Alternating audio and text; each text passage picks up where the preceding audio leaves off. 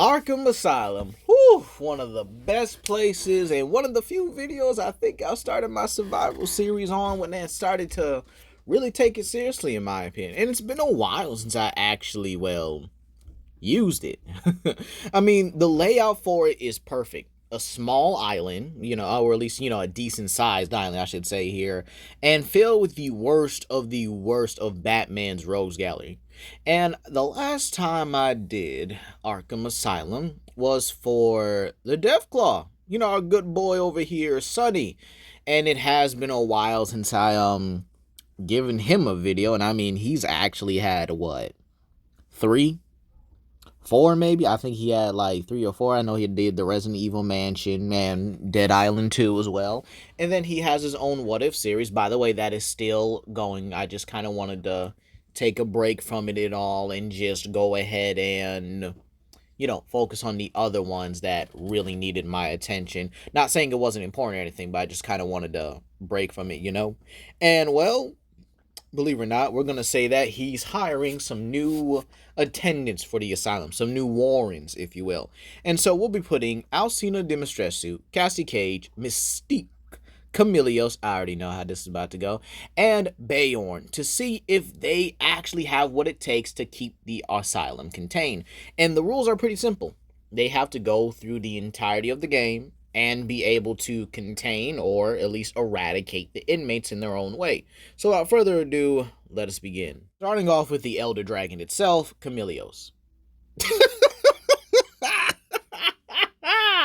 Woo! I had a fun time really thinking about characters I could really put in here. Because keep in mind that I have to use characters I've never used before. So, and the funny part is, I gotta put them on the list as well, so I don't forget now. So, the fact that I chose Chameleios for this one is just absolutely hilarious. You might say, isn't he too big for the entire thing? Well, believe it or not, he could actually fit through some of the corridors if we do use, like, the smallest estimate size for him.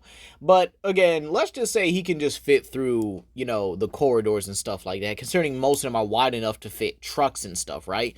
So imagine the inmates finding him, and one of them gets curious, like, oh, that's a goofy looking thing. What's that gonna do to us? Is this a joke? The guards are really just leaving the asylum to this one creature, and then all of a sudden his tongue flicks out, grabs one of them, and just eats them. And then he still has that goofy yet it's kind of adorable look and yet kind of scary look on his face. Chameleios would mess up everybody in this assignment. Doesn't matter if it's Bane. Poison Ivy would be hilarious because I don't think Chameleios would eat her because she's a plant-based villain, and her what's it called? Her I think her blood is like a plant blade, is like plant blade, so he likely would just sniff her and then just smack her with his tongue and just be done with it, right? But the fact that he could easily poison a large majority of the groups and they don't even have the proper equipment for it, because let's be real, an elder dragon that literally secretes poison is able to blast it all over the place. There's no way you're telling me that they're going to be able to get around this.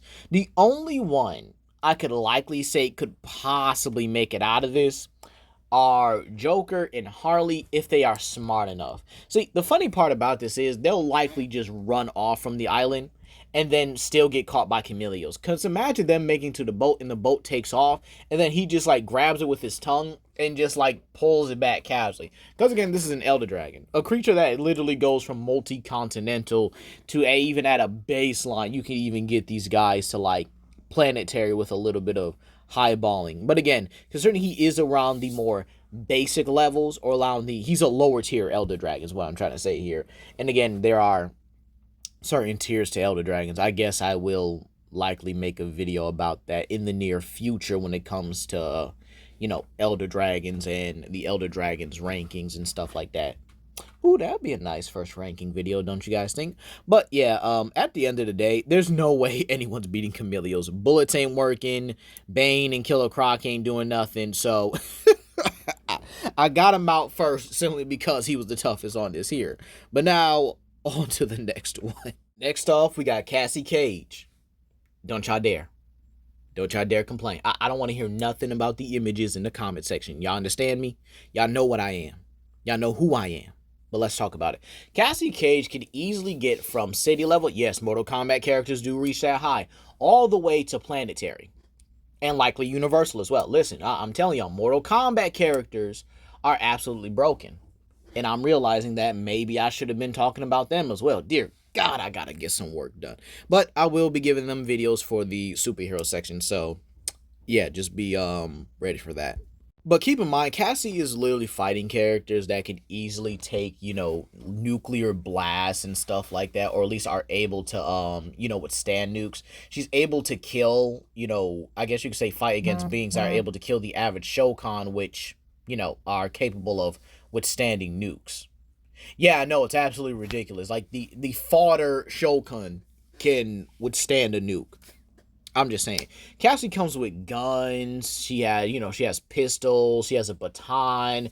And again, she's a highly skilled fighter. Like everyone in Mortal Kombat, she is a martial artist, trained in a militaristic fighting form, along with her father's own martial arts prowess. And obviously, she also has this Mediterranean glow or whatever. And this is because Johnny Cage is a descendant of Mediterranean warriors that were meant to fight gods. I know Mortal Kombat makes no sense at times, but look, it is what it is here. But with that being said, the Arkham roster really isn't going to do anything against her. I think, in all honesty, most of them would be lucky if she lets them live. Because, again, she's a trained killer with a teenager's personality. So yeah, making her mad is not going to be the best solution out here. Now, believe it or not, she will literally just physically beat up Bane, Killer Croc. Zaz is likely going to die because I don't see her really, messing around with him like that. So basically, during like the guard scene, she wouldn't even sneak around. She would just pull out her gun and then bam, headshot right then and there. So Zaz would be done. Ivy might be lucky. Ivy might be lucky. I'm just saying, she might be lucky enough for Cassie not to kill her. But again, she could always use her drone to like cause a pulse-like explosion just to decimate Ivy entirely, so she really wouldn't be able to do anything.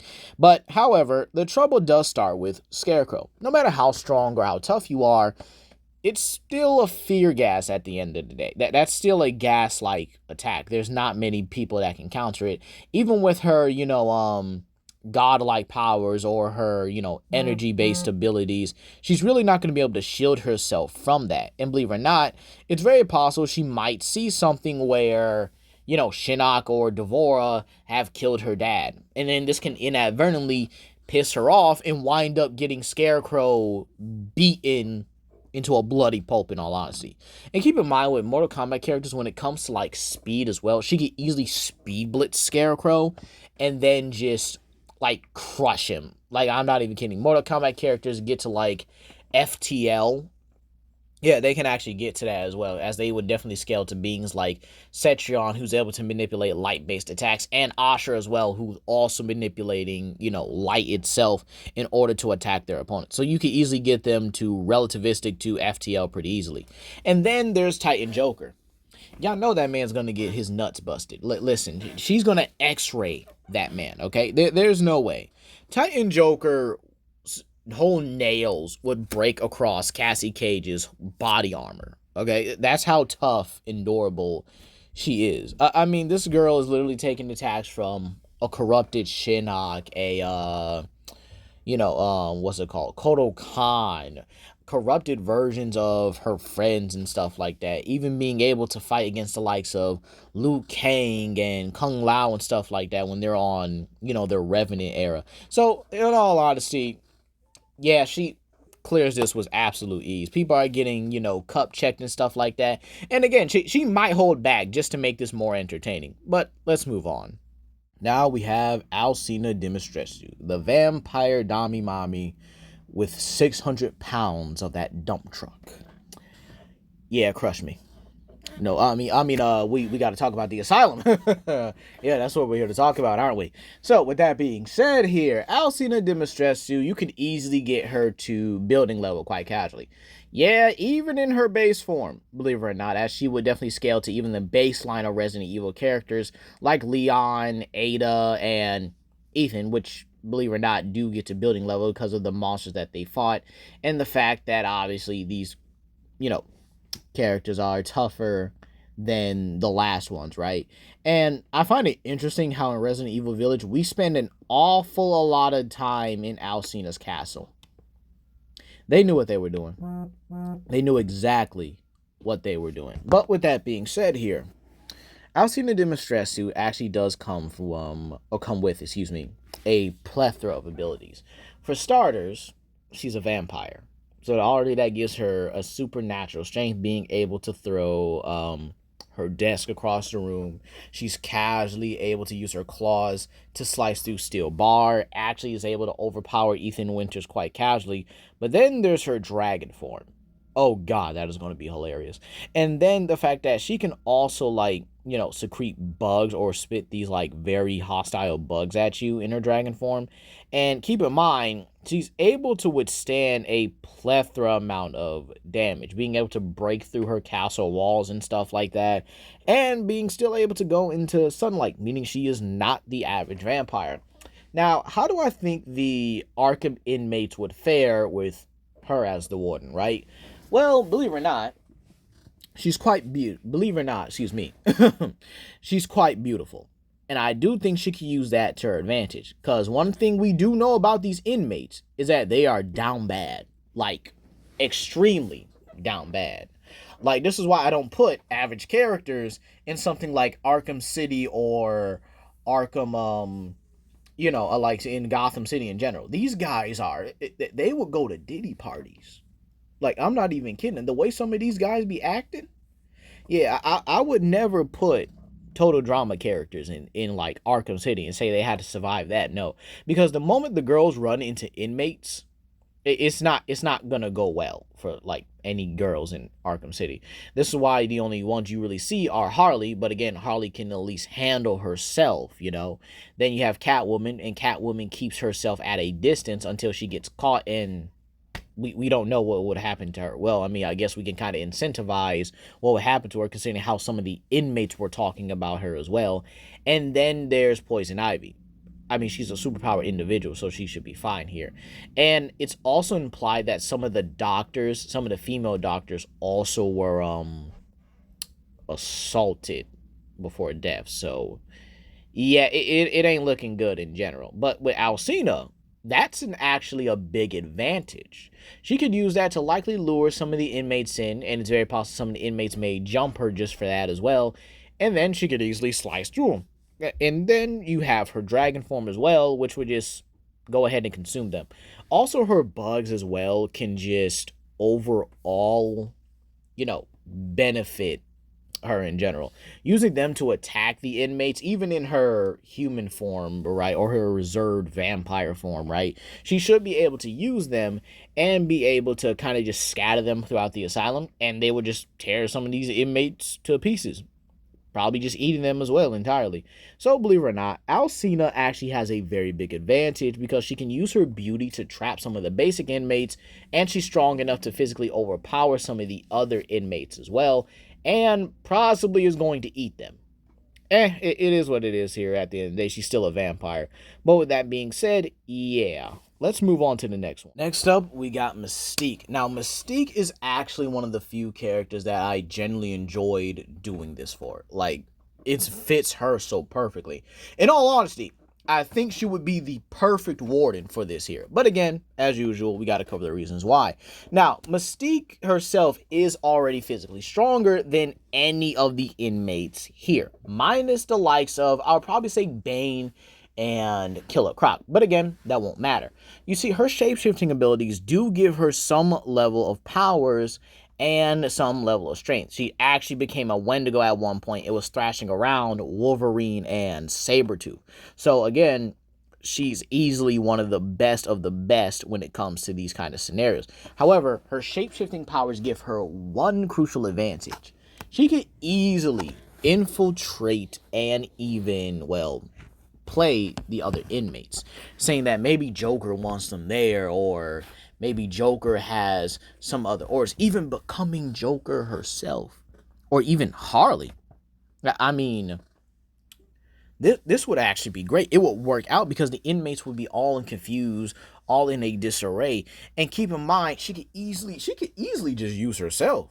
I mean, again, same way with Alcena. Use her beauty to trap them or make herself look innocent and helpless, and then hit them with the whole spring trap thing. And keep in mind, she can alter all her body parts into weapons, like tendrils, jaws, and claws and stuff like that. She can make herself into whatever or whoever she wants. It doesn't matter. She can make herself into Captain America. Just give her the shield and she just looks the full part of it, right? She can make herself as strong as some of these characters as well. Especially in like current comics, even though she's like apparently dying, which sucks in my opinion, but yeah, she's actually able to make herself into multiple characters. I don't think it would really make too much of a difference, and she's able to manhandle and casually toss. Look how she has that man in the air. Everyone, all these other characters aside. So believe it or not, Mystique would actually have the most compelling way to not only take down all these guards, but not take all the guards, take out all these inmates, but actually be able to keep the asylum in check. In all honesty, she's the best one on this list in my opinion. Now you might say, okay, what about other things? Poison Ivy's pheromones, Scarecrow's fear toxins. Well, she could likely get by that. I think she could definitely get by Scarecrow, or at least get the drop on him, believe it or not. And it's very possible considering the fact that we are giving them, basic information on the inmates. Sorry if I didn't explain that in the very beginning. But again, she would likely be able to get Scarecrow out first. She probably might just take him out entirely. So I could see Scarecrow being one of the few inmates she does kill. And then as for any other thug, they're just gonna fall for it. Like, she's just absolutely lethal here.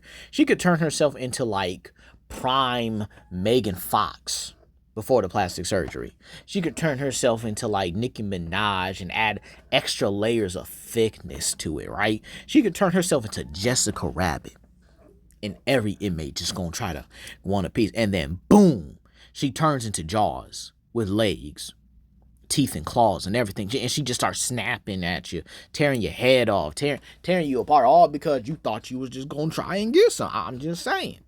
And the funny part about it is she would do something like this because she's petty like that. I mean, geez, it is what it is. The fact that Mystique is also one of the more skilled fighters in the mutant roster as well. Again, not the most skilled, but one of the more skilled members of the X-Men, all right? Or one of the, mutants and everything. But the fact that she's able to do this, able to, like, go blow for blow or even handle her own against Psylocke, yeah, she would clean house on here with no hesitation. But now, on to the last one. And finally, we have Bayorn, the one that's probably been requested for like the longest time by a subscriber. But believe it or not, Bayorn is actually pretty simple. This is a man that turns into a werewolf. Oh, wait, I'm sorry. He turns into a werebear, for crying out loud here. This man literally puts brave to shame here. This man is an army-slapping bear. Or werebear, whichever one you want to call him, okay? This man turns into a supersized black bear, all right? No way they're beating that. Now, again, you might say, oh, he might have trouble with the inmates with guns and stuff. Nah, I don't think so. Nah, because, the funny part about it is he might be sword-proof. Considering the fact that we see no cuts, no scrapes, and no scars on him either. And even if they do stab him, it doesn't go that deep, meaning his hide is actually a little bit resistant to the likes of slashes and stuff. And believe it or not, I do think he could be one of the more manageable ones in this series. He's not the weakest by far. I think he's on par with Alcena at the very bare minimum, right?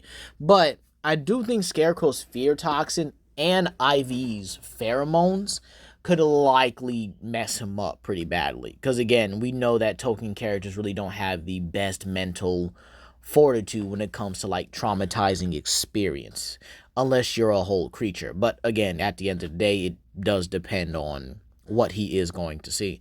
He may not actually have any fears. I mean, when you're a whole bear that can face down and solo entire armies by yourself, you honestly would be fine. However, because he is a man, and it doesn't matter if you're, gay or straight, you're still going to fall for Poison Ivy's pheromones.